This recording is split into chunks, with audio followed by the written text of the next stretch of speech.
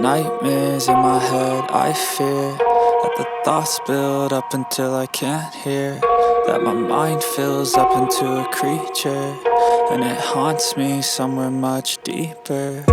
Anxiety, filling up every space, no privacy. And silently, it could build and build until you finally see, whoa, it's taking over, damn, no closure, moving closer. No exposure, I just wanna be a loner. Some can't stay sober, looking over all their shoulders, like moving boulders just to get out of the home. It sucks, I've had enough, I don't wanna feel the stuck under the rug, all my problems that I shove.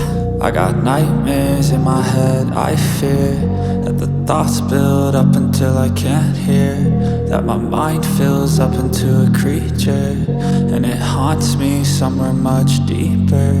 I got nightmares in my head, I fear that the thoughts build up until I can't hear, that my mind fills up into a creature, and it haunts me somewhere much deeper.